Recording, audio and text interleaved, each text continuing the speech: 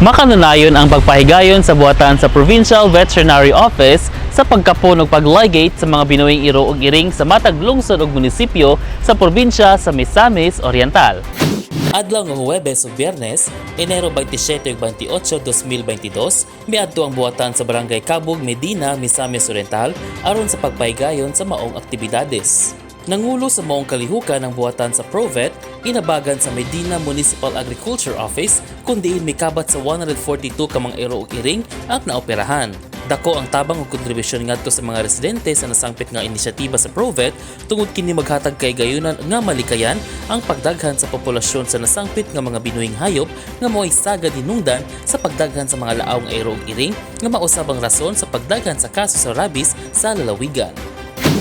Gumikan sa kaabtik sa buhatan sa Provet sa pagpangulo ni Dr. Benjamin Resma, daghan na sa mga binuhing iro ug iring sa lalawigan ang nakabenepisyo sa maong programa kay kamanduan kanunay ni Governor Bambi Imano nga mapugnan ang rabies ug dili makaapekto sa katawhan sa lalawigan.